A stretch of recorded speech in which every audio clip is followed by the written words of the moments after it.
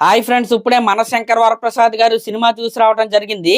ఈ సినిమా చూసిన తర్వాత నాకేమనిపించిందంటే, అనిల్ రావిపూడి గారు మీరైతే అస్సలు బయట తిరగొద్దు. ఎందుకంటే బయట ఎవరైనా చిరంజీవి గారి ఫ్యాన్ కి మీరు కనపడితే మీరైతే మీ ఇంటికైతే వెళ్ళరన్నమాట. ఎందుకంటే ఫ్యాన్స్ మీరు కనపడిన వెంటనే మీకు ఒక గుడ్ అయితే కట్టేస్తారు. అసలు ఏమన్నా తీసారా, ఏమన్నా సినిమానా మామూలుగా లేదనమాట. ఈ సినిమాలో చిరంజీవి గారి స్వాగ్ కి, స్టైల్ కి, కామెడీ టైమింగ్ కి ప్రతి దానికి అరిచి ఒక్కొక్కడికి గొంతు పోతుంది అక్కడ. ఇది కదా కంబ్యాక్ అంటే, దీనికోసం కదా ఫ్యాన్స్ ఇన్ని సంవత్సరాలు వెయిట్ చేసింది. నిజంగా ప్రతి ఒక్క చిరంజీవి గారి ఫ్యాన్ కూడా తొడగొట్టి మేసం తిప్పైతే చెప్పండి గర్వంగా బాస్ ఈస్ బ్యాక్ అని. నిజం చెప్తున్నా, చిరంజీవి గారి కంబ్యాక్ ఖైదీ నెంబర్ 150 సినిమాతో అయితే జరగలేదు, ఈ మనశంకర్ వరప్రసాద్ గారు సినిమాతో అయితే జరిగిందనమాట. సినిమా స్టార్టింగ్ నుంచి క్లైమాక్స్ ఫైట్ వరకు ఒక్కడ సీట్ లో కూర్చోలేదన్నమాట. ప్రతి ఒక్క సీన్ కి, ప్రతి ఒక్క సాంగ్ కి, ప్రతి ఒక్క డైలాగ్ కి అసలు అరవటమే పని. ఫ్యాన్స్ అయితే చొక్కాలు చింపుకుని అరిచి అలసిపోయి అయితే ఇంటికైతే వెళ్ళారు.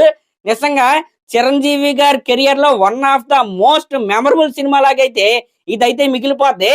ఇంకా ఫస్ట్ హాఫ్ గురించి మనం మాట్లాడుకుంటే, నిజంగా అసలు ఫస్ట్ హాఫ్ అయితే నాకు అలా అయిపోయినట్టు అయితే అనిపించింది అనమాట. ఈ సినిమా అనేది, సినిమాకి రివ్యూలు ఉండవు యాక్చువల్ గా.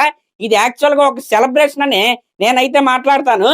ఫస్ట్ హాఫ్ ఒకటి చాలు, మీ టికెట్ వర్త్ ఫస్ట్ హాఫ్ గా అయిపోద్ది అనమాట. ఫస్ట్ హాఫ్ లో చిరంజీవి గారి కామెడీ టైమింగ్, ఆ స్టైలు, ఆ స్వాగ్, ఆ ఫైట్, ఇవన్నీ చూస్తుంటే శంకర్ దాదా ఎంబీబీఎస్, అందరవాడు, గరానా మొగుడు, అత్తకి ఎమ్ముడు, అమ్మాయికి మొగుడు, ఈ సినిమాలన్నీ ఒక్కసారిగా అలా ఫ్లాష్ అయినాయి అనమాట. ఇది కదా చిరంజీవి గారి నుంచి మేము కోరుకునేది, ఇది కదా ఫ్యాన్స్ ఎక్స్పెక్ట్ చేసేది, ఇది కదా ఆడియన్స్ ఎక్స్పెక్ట్ చేసేది. నిజంగా అసలు ఇచ్చి పడేశాడనే చెప్పాలి. ఆ ఫస్ట్ హాఫ్ లో ఒక సీన్ అయితే ఉంటదండి, ఆయన పిల్లలతో ఒక సీన్ అయితే ఉంటది డైనింగ్ టేబుల్ దగ్గర. నిజంగా ఆ సీన్ లో చిరంజీవి గారి యాక్టింగ్, ఆయన ఇచ్చిన ఎక్స్ప్రెషన్స్ చూస్తే నాకైతే బాస్ ఈస్ బ్యాక్ అనిపించింది. అంటే డాడీ సినిమాలో చిరంజీవి గారు అయితే ఒక్కసారిగా అలా గుర్తొచ్చారు. అంటే ఈ మధ్యకాలంలో చిరంజీవి గారి ఎక్స్ప్రెషన్స్ పైన కొన్ని ట్రోల్స్ అయితే వస్తున్నాయి కదా. నిజంగా ప్రతి ఒక్క ఎక్స్ప్రెషన్ కావచ్చు, ఆయన పలికిన ప్రతి డైలాగ్ కావచ్చు, మెయిన్ గా ఎమోషనల్ సీన్స్ అయితే నిజంగా చాలా అంటే చాలా బాగా పండాయి. అంటే చిరంజీవి గారి కోర్ ఎమోషనే ఆ ఎమోషనల్ సీన్స్ అనమాట. ఆ ఎమోషనల్ సీన్స్ ని చిరంజీవి గారి నుంచి రాబట్టుకోవడంలో అనిల్ రావిపూడి గారు అయితే 100కి 100% అయితే ఆయన అయితే సక్సెస్ అయ్యాడు. నాకు ఈ సినిమా రిలీజ్ ముందు వరకు కూడా ఒక డౌట్ అయితే ఉండేది. అదేంటంటే, మేసాల పిల్ల సాంగ్ హిట్ అయింది, శశిరేఖ పాట హిట్ అయింది, ఇవన్నీ హిట్ అయినా సరే అసలు ఈ లవ్ ట్రాక్ ఎలా తెస్తాడు అనిల్ రావిపూడి గారు, ఆడియన్స్ కి కన్విన్సింగ్ గా ఈ లవ్ ట్రాక్ ఎలా తెస్తాడు అన్న డౌట్ అయితే సినిమా చూసేంత వరకు నాకైతే ఉంది. కానీ ఎంత బాగా రాశాడండి, ఎంత బాగా తీసాడండి, ఎంత కన్విన్సింగ్ గా తీసాడండి. నిజంగా నయనతార గారు అలాగే చిరంజీవి గారి మధ్య వచ్చే లవ్ ట్రాక్ ఏదైతే ఉందో చాలా క్యూట్ గా, చాలా నీట్ గా, అంటే ఎక్కడా కూడా అసభ్యంగా అయితే అనిపించదు అనమాట.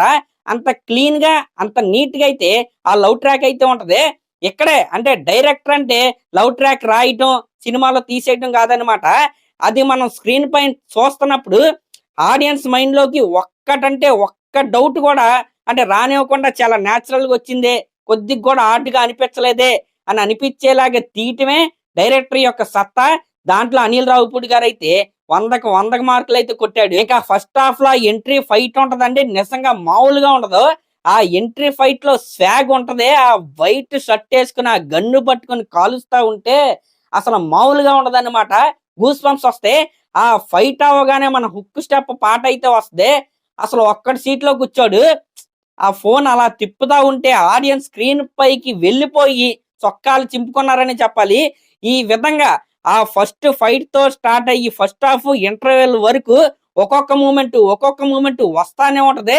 ప్రతిదీ సూపర్ హిట్ అయిందనమాట. ప్రతిదీ మనం చూస్తున్నప్పుడు సినిమా మనకైతే కనెక్ట్ అయింది. ఇంకా మెయిన్ గా మన మెగాస్టార్ చిరంజీవి గారు అలాగే నయనతార గారి మధ్య ఉండే సీన్స్ ఏవైతే ఉన్నాయో, ఆ సీన్స్ లో వాళ్ళిద్దరి మధ్య ఉన్న కెమిస్ట్రీ ఏదైతే ఉందో, ఆ కామెడీ టైమింగ్ ఏదైతే ఉందో అదైతే చాలా గట్టిగా అయితే పేలింది. ఇంకా అవుట్ ఆఫ్ ద బాక్స్ ఏంటంటే, ఈ సినిమాలో నయనతార గారు ఫాదర్ క్యారెక్టర్ చేశారు కదా, ఆయనకి అలాగే మన చిరంజీవి గారి మధ్య ఉండే సీన్స్ ఏవైతే ఉన్నాయో అవి కూడా చాలా గట్టిగా అయితే పేలాయి అనమాట. మెయిన్ గా ఇంటర్వెల్ బ్లాక్ ఏదైతే ఉందో మన మెగాస్టార్ చిరంజీవి గారు అయితే ఇచ్చి పడేశాడని చెప్పాలి. అసలు మామూలుగా ఉండదు. ఆ స్వాగ్ కావచ్చు, ఆ స్టైల్ కావచ్చు. నాకైతే ఏం గుర్తొచ్చిందో తెలుసా? చెయ్యి చూసావా ఎంత రఫ్ గా ఉందో, రఫ్ ఆడించేస్తా అంటా ఉంటాడు కదా మన మెగాస్టార్ చిరంజీవి గారు ఘరానా మొగుల్లో. ఒక్కసారిగా చిరంజీవి గారు వచ్చారా అనే విధంగా అయితే ఆ సీక్వెన్స్ అయితే ఉంటది. అక్కడ ఒక ఫోక్ సాంగ్ అయితే ఉంటది అనమాట. అసలు ఒక సెలబ్రేషన్ చెప్తున్నా కదా, ఫస్ట్ హాఫ్ లో ఆ లుంగి ఫైట్ కావచ్చు, ఆ పిల్లల మధ్య ఉండే ఆ సీన్స్ కావచ్చు, నయనతార గారు అలాగే మన చిరంజీవి గారి మధ్య ఉన్న ఆ క్యూట్ లవ్ ట్రాక్ కావచ్చు, ఇంకా మిగతాది మొత్తం ట్రూ. అసలు టికెట్ వర్త్ ఫస్ట్ హాఫ్ గా అయిపోద్ది అనమాట. ఇంకా సెకండ్ హాఫ్ బోనస్. అసలు ఒక్క ఒక్క డ్రాప్ కూడా లేకుండా సినిమా స్టార్ట్ అయిన దగ్గర నుంచి ఇంటర్వెల్ వరకు సినిమా గ్రాఫ్ ఇలాగే ఉంటది. అసలు ఇలా ఎక్కడైనా తగ్గిద్దా అని మనం చెక్ చేసుకున్నా సరే ఎక్కడా దొరకడు. ప్రతి దాంట్లో ప్రతి మూమెంట్ ప్రతి నిమిషం స్క్రీన్ పైన అసలు నిజంగా చిరంజీవి గారు మెరిసిపోతున్నాడండి. అసలు అట్ ద ఏజ్ ఆఫ్ 70 ఆ లుక్స్ ఏంటండి, ఆ మెయింటెనెన్స్ ఏంటండి. నేనైతే ఏమనుకున్నానంటే ఎక్కడైనా దొరికిపోతాడేమో అనుకున్నాను, కానీ ఎక్కడా దొరకలేదు. అసలు సినిమా పట్ల మీకున్న డెడికేషన్ కి హ్యాట్స్ ఆఫ్ అండి. ఈ విధంగా అయితే ఫస్ట్ హాఫ్ ఒక అల్టిమేట్ హైట్ అయితే ఎండ్ అయింది. ఆ ఇంటర్వెల్ బ్లాక్ అయితే నాకు గ్యాంగ్ లీడర్ సినిమా అయితే గుర్తొచ్చింది.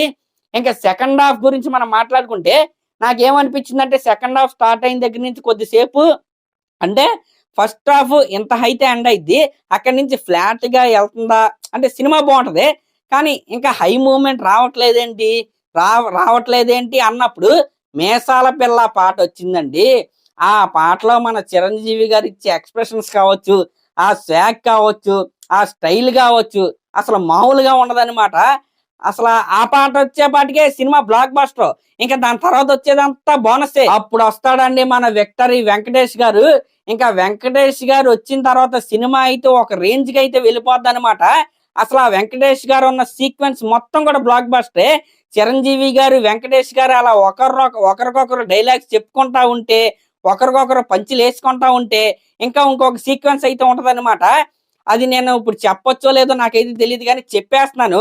అదేంటంటే చిరంజీవి గారి సాంగ్స్ కి వెంకటేష్ గారు అయితే డాన్స్ చేస్తారు, వెంకటేష్ గారి సాంగ్స్ కి చిరంజీవి గారు అయితే డాన్స్ చేస్తారు. ఆ డాన్స్ ఏదో పెట్టామని కాకుండా చాలా సిచ్యువేషనల్ గా, అంటే స్టోరీకి అనుగుణంగా సింక్ అయిన సీక్వెన్స్. అది ఏదో ఇరికిచ్చి పెట్టినట్టు అయితే ఉండదన్నమాట. చాలా న్యాచురల్ గా, చాలా అంటే చాలా బ్యూటిఫుల్ గా అయితే ఆ సీక్వెన్స్ అయితే వచ్చింది. నిజంగా వెంకటేష్ గారు చిరంజీవి గారి మధ్య ఉన్న సీన్స్ ఏవైతే ఉన్నాయో మామూలుగా ఉండవన్నమాట. ఇద్దరూ కలిసి డాన్స్ చేశారు, ఇద్దరూ కలిసి ఫైట్ చేస్తారు, ఇద్దరూ కలిసి అల్లరి చేస్తారు. ఇంకా అదంతా బోనసే. సినిమా మేసాల పిల్ల సాంగ్ వచ్చేపాటికే సినిమా బ్లాక్ బస్టర్. ఇంకా దాని తర్వాత జరిగేది మొత్తం కూడా బోనస్ అనమాట.